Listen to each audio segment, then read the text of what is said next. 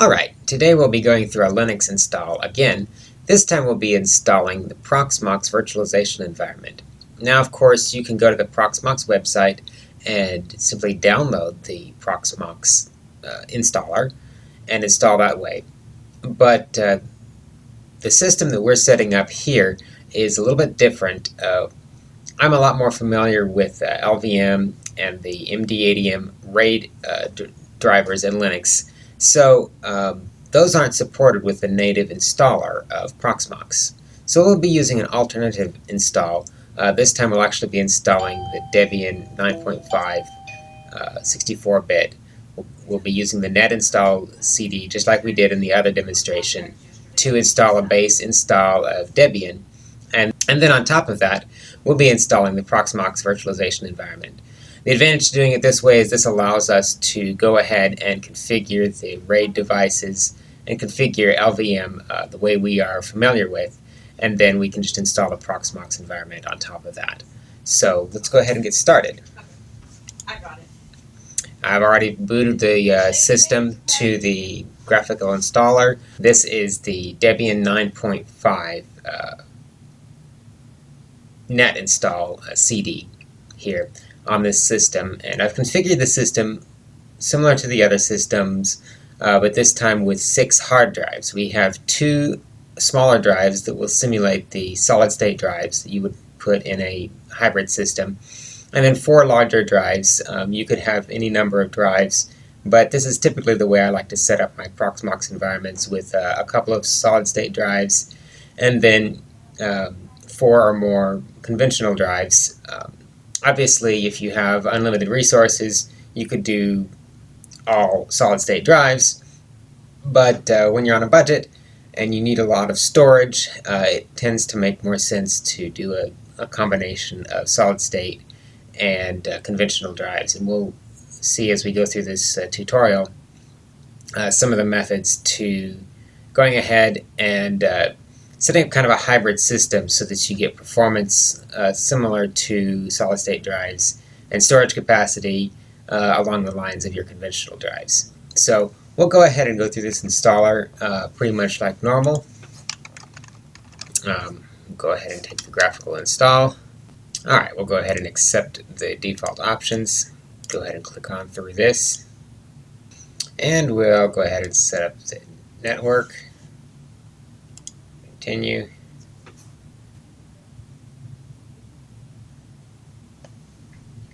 We'll go ahead and give it a host name.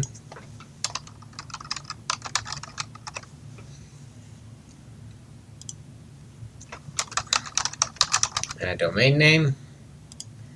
You would obviously configure this for your environment. And go ahead and set up the root password. Obviously, you would want to choose a good password for this. On the Proxmox web interface, you will use this same password to log in unless you set up a different authentication system. So then we'll set up a regular user. Again, I'm picking a lame password, but in real life you would pick a good password for this. Set up the time zone. Okay, so once we get to the disk partitioner, we're going to go ahead and go back. It's going to take us back to a menu. And from this menu, we should be able to launch a shell right here. Execute a shell, continue, and continue. Alright, now from in this environment, we can go ahead and see what disks we have. If we just simply type fdisk, fdisk-L to list, and we can use the shift page up to scroll back. We can see we have dev SDA, which is 120 gigs. SDB is also 120 gigs. C, D, E, and F are all 1 terabyte drives.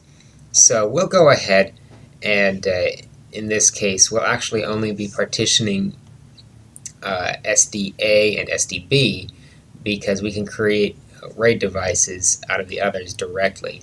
The reason we're putting a partition table on A and B is for booting purposes. The system won't know how to boot off of a software RAID. We have to load those software RAID drivers first, and then we can access the other drives directly through that software RAID. So we'll go ahead and use fdisk to partition dev SDA. Apparently I can't type it. Fdisk dev SDA. There we go. And we will press G to create a new GUID partition table. Now we'll create a new partition. This first partition is going to be a real small partition. We'll set it from sector 2048 to 4095. That's just a 1 megabyte partition. You can see that there, a 1 megabyte partition. And we're going to change the type of that to 4 for a BIOS boot partition. So you can see there, if I print the partition table now, we have a 1 megabyte BIOS boot partition. Now we'll go ahead and create another partition in, of course, partition number 2. First sector is going to be 4096, which is the default, and we'll accept the rest of the drive there, and we'll use that second partition as the base for our RAID device. So we'll press W to write and quit, and we'll do the same partitioning on dev SDB. So here we go, G, partition table, in for a new partition, partition number 1, accept the default there, 4095 is the end, so this is a real small 1 megabyte partition, T to change the type is 4, in for a new partition, of course we're just going to accept 2, default first and last sectors, and there you have it. BIOS boot and then 120 gig Linux partition. W to write that. So now on that on those SDA2 and SDB2 partitions, we can create a RAID 1 device. Now here's our software RAID mdadm --create --level 1. Now because we're booting from this, we will go ahead and do the metadata 0.90 --RAID devices 2. We'll give it a name for the RAID device, which is going to be dev md0, and then we'll give it the physical devices, which is going to be dev sda2 and dev sdb2. And there you have it. And we can cat our proc mdstat, and there you have the mdstat. Now while we're in here, we can go ahead and create our big RAID array, and you can decide what kind of levels of RAID you want to use. We could create a RAID 5, which is going to give us the most storage space, since we have 4 drives. That will give us, with 4 1 terabyte drives, that will give us 3 terabytes of usable storage. You sacrifice a bit of performance using a RAID 5, so you have to think about that. And it's also, your RAID hole tends to be a little bit bigger, so if you were to have a power failure, for example, there's a little bit more chance of losing data on the RAID 5 configuration than, say, a RAID 1 or RAID 10. Now remember that the Grub bootloader can't find a root partition that is on top of a stack that contains a RAID 5 or anything other than a RAID 1. So we'll have to make sure when we create our logical volumes that that root partition is on the RAID 1 device. You don't want to do this with a RAID 5 by itself or somehow have that root partition on the RAID 5. But we'll go ahead and make it for the sake of example. You can use the same or very similar commands to create a RAID 10 device, which is RAID 1 plus 0. Gets a little better performance than RAID 1. But we'll go ahead and do create level 5. RAID devices is going to be 4. This is going to be dev md1, and then we'll go ahead and list out those other hard drives. Dev sdc, dev sdd, dev sdf, and dev sdg. Make sure that's right.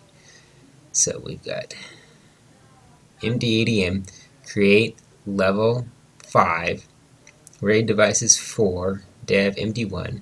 That's the name of the RAID device, and then we have cd. I think I did that wrong. C, D, E, and F. E, S, D, F. That looks better. C, D, E, and F. Okay?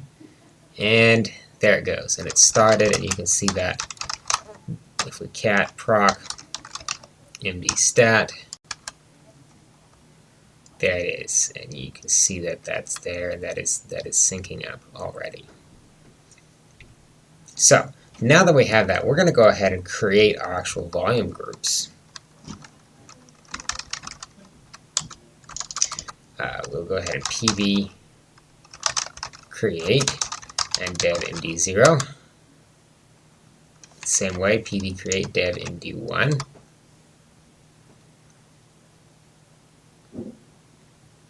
And now we will go ahead and vg create, and we're going to call this volume group simply PVE, and we're going to go ahead and give it those physical devices, dev md0 and dev md1.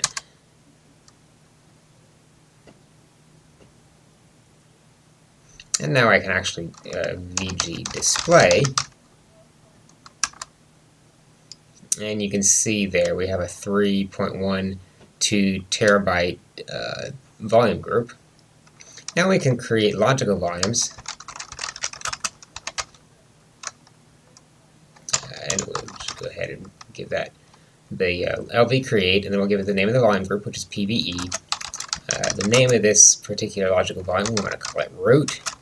Size, we'll just say 40 gigs. And of course, we want to tell it which physical volume we want to store it on, which is going to be dev md0, because we want to make sure that this logical volume is going to be on the RAID 1 device. So there we go. We'll go ahead and create the same thing. We'll do an 8 gigabyte partition, and instead of root, we will call this swap, and we'll also leave it on dev md0, just like that. Now we can do LVS. I always like to do -A to show hidden volumes, -O and plus devices. And that gives us a list of our different logical volumes and also shows us the devices that those are on. So that looks good. So we will go ahead and go back here, back to our screen, and continue. So back at this menu, now that we've set up our RAID devices and logical volumes, we'll go ahead and go back to partition disks and continue, and go ahead and tell this to install on those logical volumes that we've created in our previous step. Alright, so there we have root and swap. So we'll go ahead and double click on the root, use as ext4, well, I think I just did ext3. Probably be better to do this with the keyboard. ext4 filing system, mount point, root, and alright, go down to done, setting up this partition, and there we have it. Go ahead and use this as swap. Use as, nope. Use as swap area, and done. So there we have root and swap, which is all we need for the moment. We'll create more logical volumes later, later on in this demo. So we'll continue. Oh, I need to, of course, go down to the very end, finish partitioning, write changes to the disk, and again review what it's going to do. It's going to format lv root as ext4 and swap as swap, yes, and continue. And we'll go ahead and let this install. Alright, we have the first stage of the base install done. It's asking if we want to scan another CD, which we don't. We'll just go ahead and use an online mirror for everything else. Alright, we'll continue answering the questions. And at this point, we now have the ability to select the software that we want. Now, we don't need a lot since this is going to be just our Proxmox host. Now, depending on your environment, you may actually like to install a simple graphical interface on the Proxmox host. Not necessary, and it could be a security risk if you actually use this as a desktop. But for troubleshooting, I've found that it's quite handy to have a graphical environment with a web browser, so that in the event that the network is not working, you can actually load up the graphical environment and get on the console of one of your guest machines and troubleshoot that from the console of the Proxmox device. So LXDE is a nice simple desktop environment that you could go ahead and install. So we've finished installing, and now we're going to install the Grub bootloader. Yes, we'll install it on the master boot record, and we'll go ahead and install that on the first disk. We can come back later and install this on both of the solid-state drives in the system after we reboot.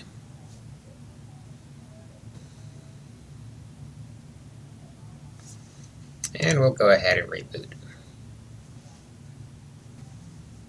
Great. So our system rebooted, and now we have the graphical login.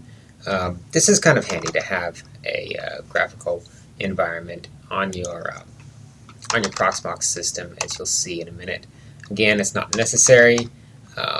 Don't use this for surfing the internet, of course, but it is a great troubleshooting tool, especially if you do crazy things like virtualizing your internet router or your DHCP servers for your local network.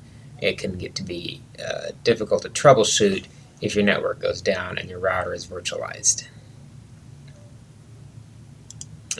Alright, and we should hopefully have a terminal in here, which we do.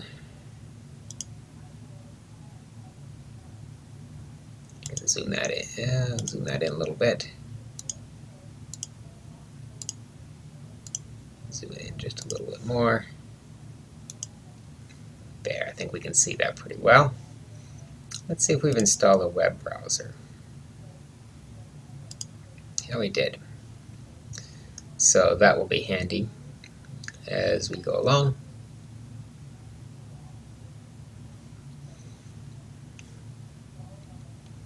So let's go ahead and look at our logical volume configuration again. Alright, well, we just opened our web browser. -A -o plus devices. Alright. Now, in preparation to set up Proxmox, we'll go ahead and create a mount point, and go ahead and mount another device on varlib_vz.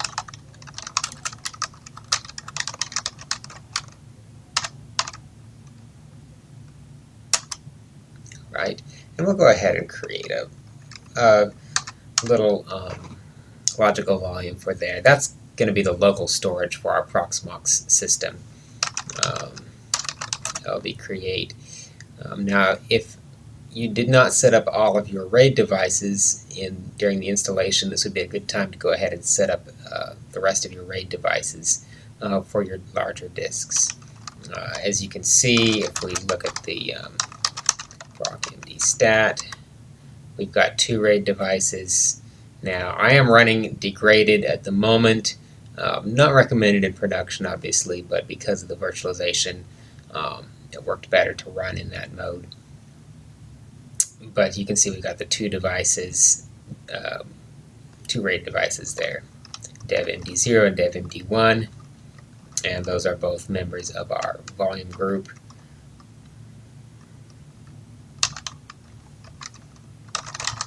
Right here, there's the volume group, and if I do PV display, you can see that those are both part of the volume group there.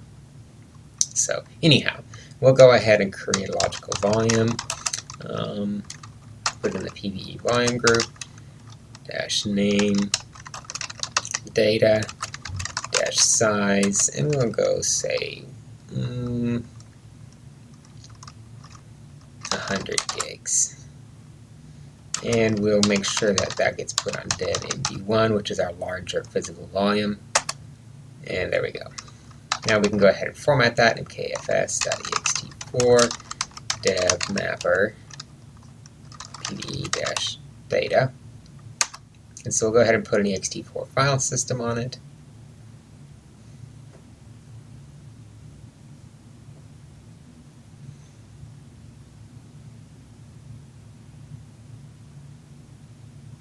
And we'll go ahead and put that in our Fs tab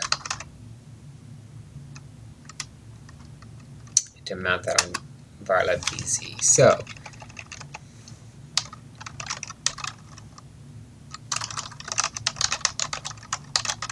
PVE dash data mount point VZ, the ext4 defaults 0, 0. Save that and close. Now dash A. And then if I just show the free disk space, there we have it. We've got a 100 gig partition sitting there on varlib VZ. Now, we'll want to go ahead and set up our Proxmox. The first thing we'll want to do is edit our sources.list. So nano etc apt sources.list, and go ahead and open that up. And then down here, we're going to add the line to pull in Proxmox.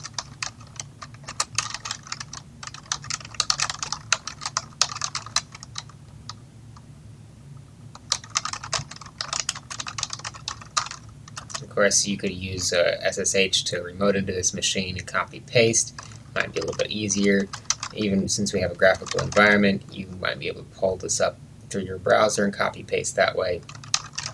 I'm just going to type that and hope I'm typing it correctly. Download.proxmox.com/Debian stretch PVE no subscription. I think that's right. And then we're going to apt update.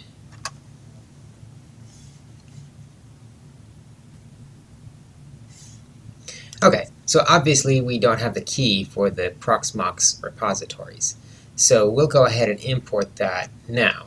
We'll need to install the package in order to get this to work.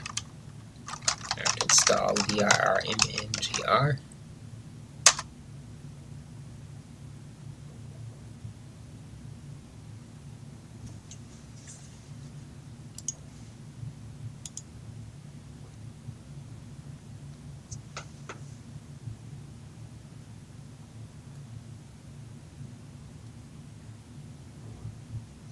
And then we will go ahead and get that key from the key server. apt key adb-key server ha.tool.sks-key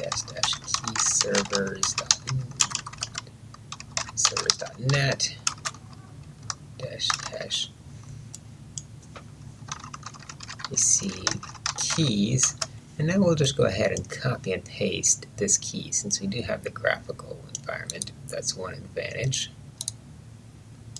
Copy and paste.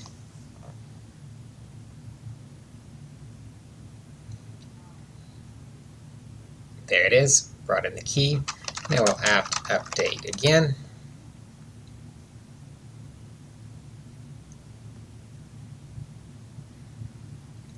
There we have it. It looks like it's working without error this time.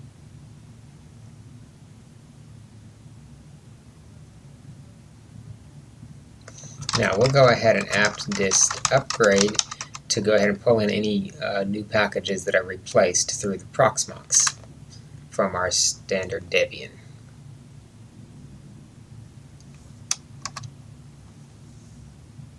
Okay, our upgrade is finished, so we'll go ahead and install our Proxmox software. Apt install Proxmox.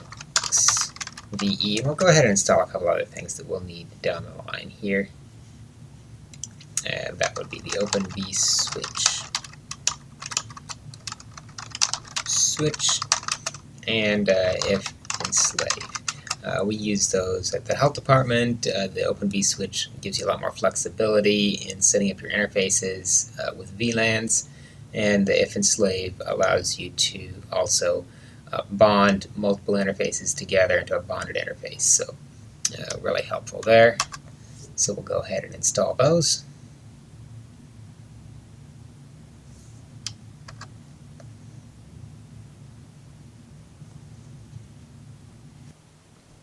Okay, so that's giving an error. It's possibly because we're not running the PVE kernel. So we'll go ahead and restart and see what it does after a restart.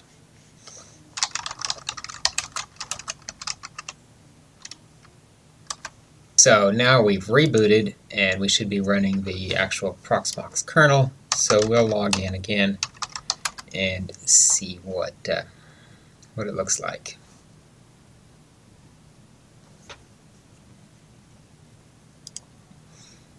Go ahead and open up a terminal.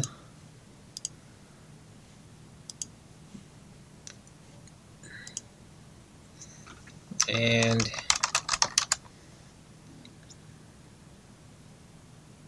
yeah, looks like we're running the PVE kernel here, 4.15.18. And we'll go ahead and do our command history and run that install one more time with the current kernel. And let's see if it's going to take it now. Well, it's not taking that, so let's see.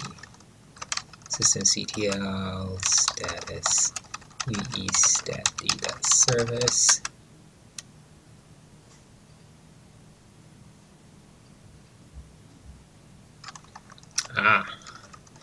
I bet we forgot to set up our hosts file. Host name is Proxmox1, and if I do host name IP address, so let's go do nano etc hosts, and IP address is the internal address, of course, but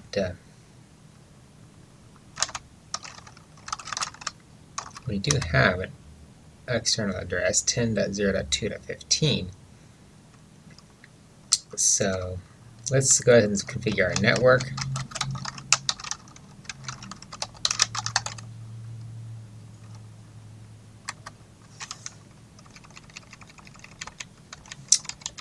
Go ahead and set it as a static address. Net static address 10.0.2.15, net mask 255.255.255.0, gateway 10.0.2.2. Save that and exit. Go ahead and edit our hosts file. Let's see here, 10.0.2.15. Save that and exit. Go to our command history, see if we can install these things again.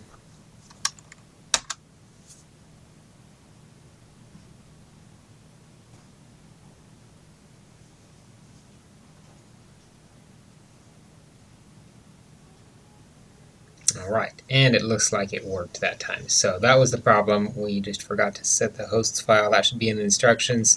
So be sure to edit your etc hosts file and include your static IP address, not the loopback interface, but the real IP address in your hosts file, and of course include your own host name. If you have a cluster, then you'll want to go down here and set up those IP addresses in your cluster like this.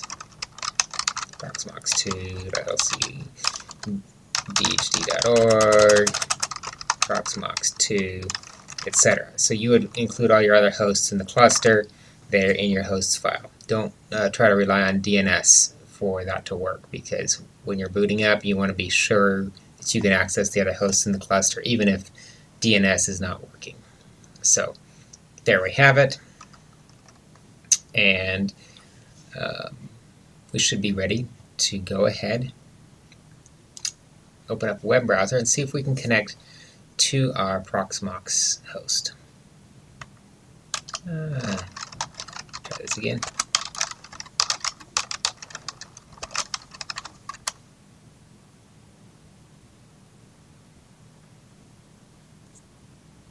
Right, of course we get a certificate error. That's typical. We would either have to set up a public certificate, or we'll just add a security exception, which we can do here. Confirm the exception, and voila. Maybe.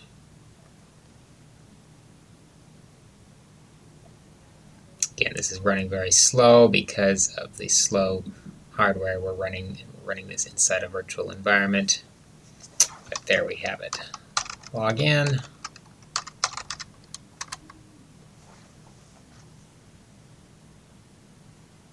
And yeah, we don't have a subscription. This is the no subscription version. We can go ahead and click OK on that.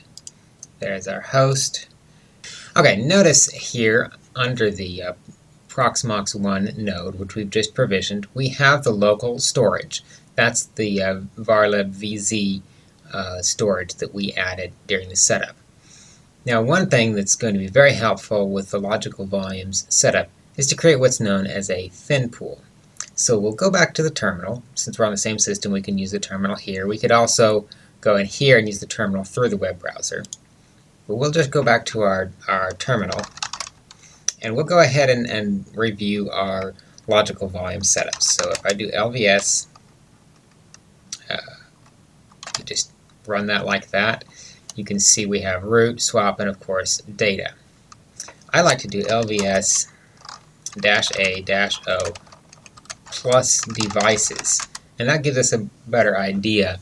It shows us any hidden logical volumes, and also shows us the device layout, MD0 and MD1. If you recall, MD0 is our fast SSD device, MD1 is the slower conventional device. So we're going to go ahead and create a thin pool, and then we're going to go on to create a caching device. We'll create the thin pool on the slow conventional drive RAID, and then we'll create another logical volume which will be used as a caching device on the faster SSD RAID. So let's go ahead and do that. LV create PVE, which is the name of our volume group, dash size, and we'll just go ahead and make that a 2 terabyte thin pool, and we'll use the keyword thin pool. Instead of giving it a name, we'll just give it a thin pool TP1, and we'll go ahead and create that on dev MD1. So it's creating the thin pool now. Alright, now we'll do lv create PVE. We're going to create a 50 gigabyte caching logical volume. We'll call that TP1 cache. We're going to place that on the fast SSD device dev MD0. Okay? Now we need to create one more logical volume, and this is for the metadata. This helps the system internally to keep track of what blocks are cached in the thin pool cache.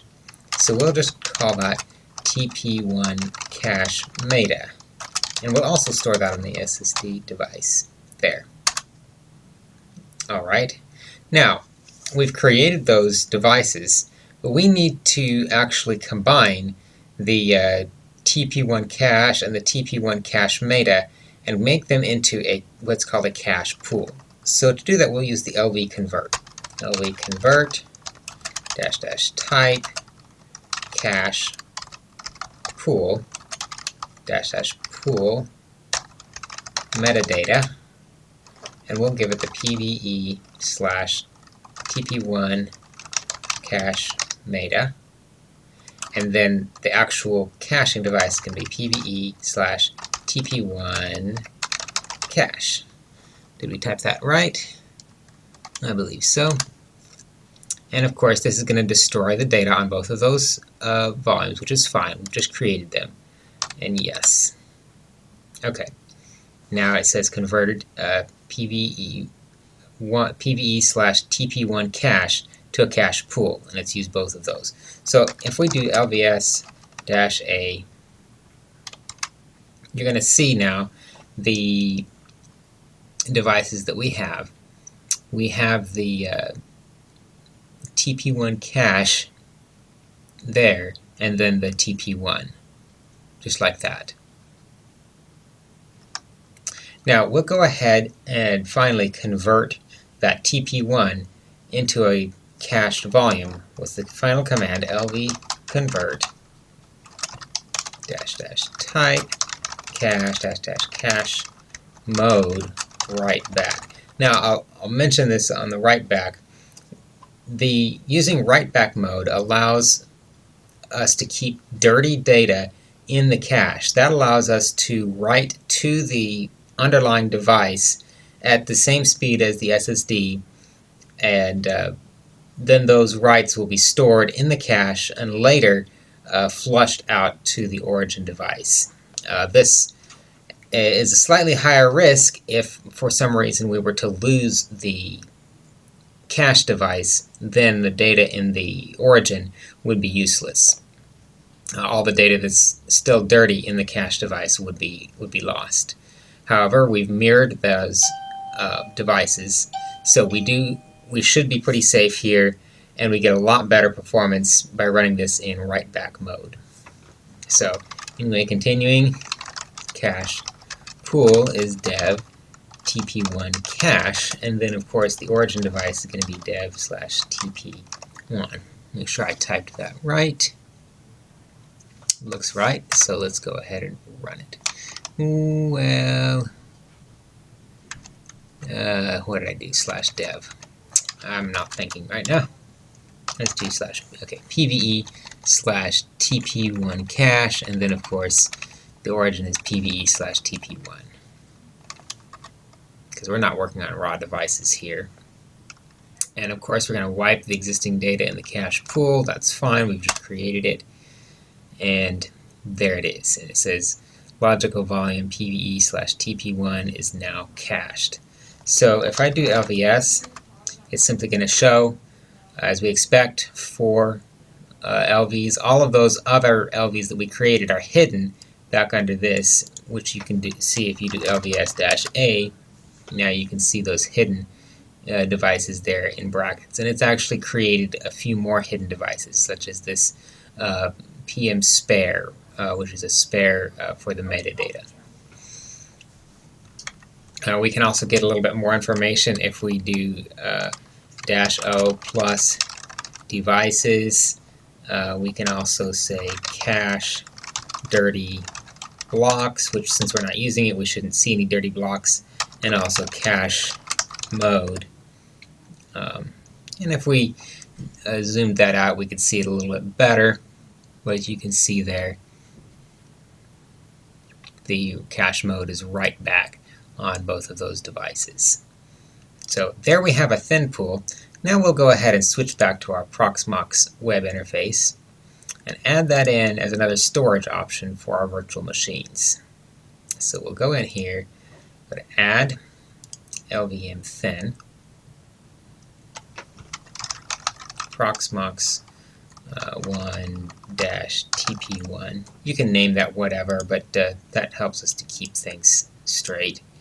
And there's our TP1 thin pool.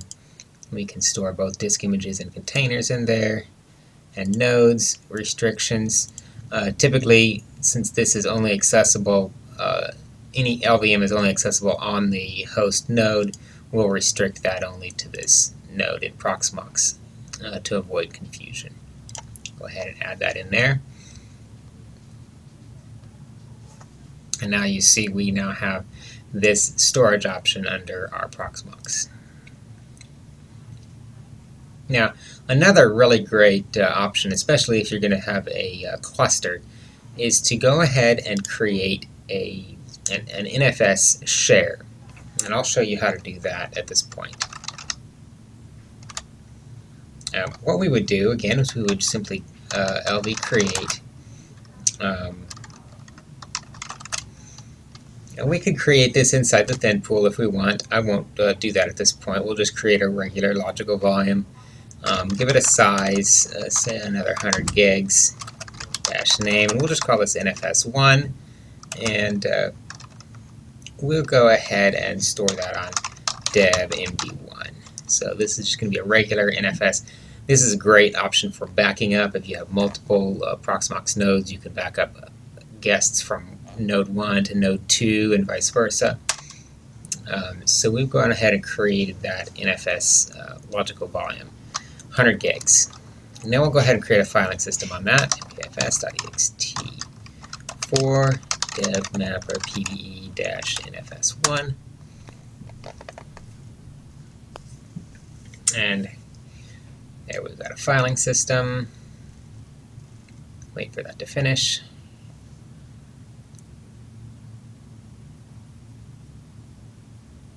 Now we'll go ahead and make a mount point for that. So mkdir-p/srv/NFS1. We can mount this generally wherever, but we'll go ahead and put it there for now. And now let's go ahead and edit our fstab. So nano/etc/fstab, and we'll go ahead and debmapper pve-nfs1, and we'll mount that on srv/nfs1. It's going to be ext4. We'll just take all the defaults and 0, 0.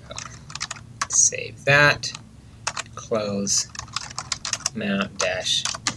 That should mount it if everything worked correctly, and if we show the free disk space, we should see it, which we do there under srv/nfs1. So at this point, all we have is another filing system attached here, but we need to export that through NFS. So of course, the first step to do is to install the NFS kernel server. Apt install NFS kernel server.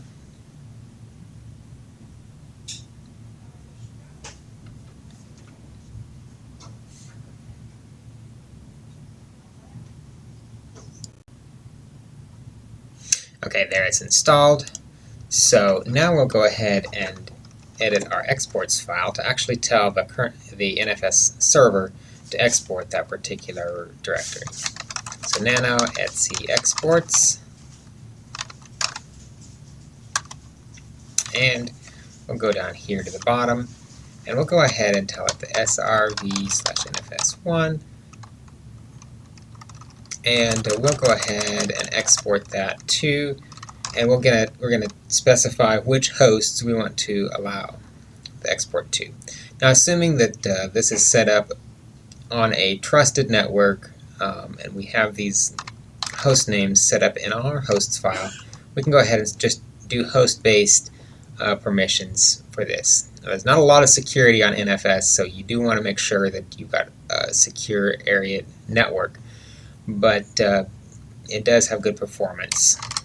So we'll just say Proxmox1, and we'll give it read-write permissions, sync, and we're going to say no root squash, which is going to allow us to have as much permission as possible there to manipulate files in that NFS share. Now, you're always going to want to list yourself, so we're sharing this to ourselves, which is Proxmox1, and if there's other hosts in this cluster, we would list them out here with the same permissions. I'll just go ahead and do a Proxmox2, and the same permissions, rw sync, no root squash, etc. And you would just go ahead, as you add more nodes to the cluster, you would have to go back and add those others in to be able to see the NFS shares from this point. So we'll go ahead and save and close. Service NFS kernel server restart. And let's see. It's giving us a problem. Perhaps we typed something wrong in our exports file.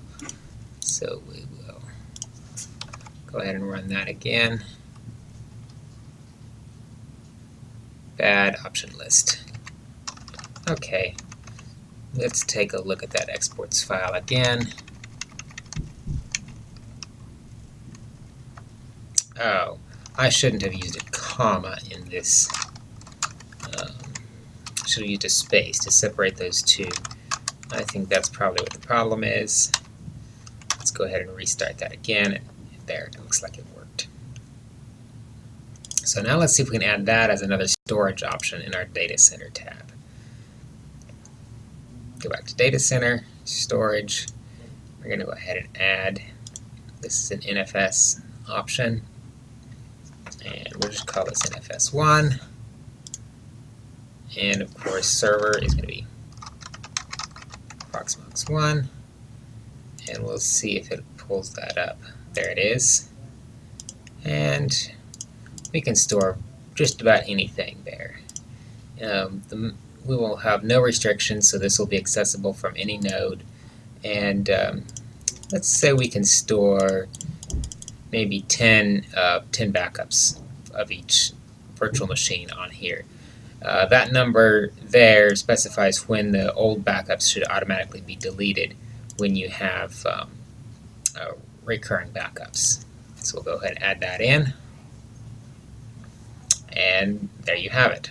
We'll have another video for setting up the actual virtual machines on here, but that gives you a basic install of a single Proxmox node. Thanks for watching.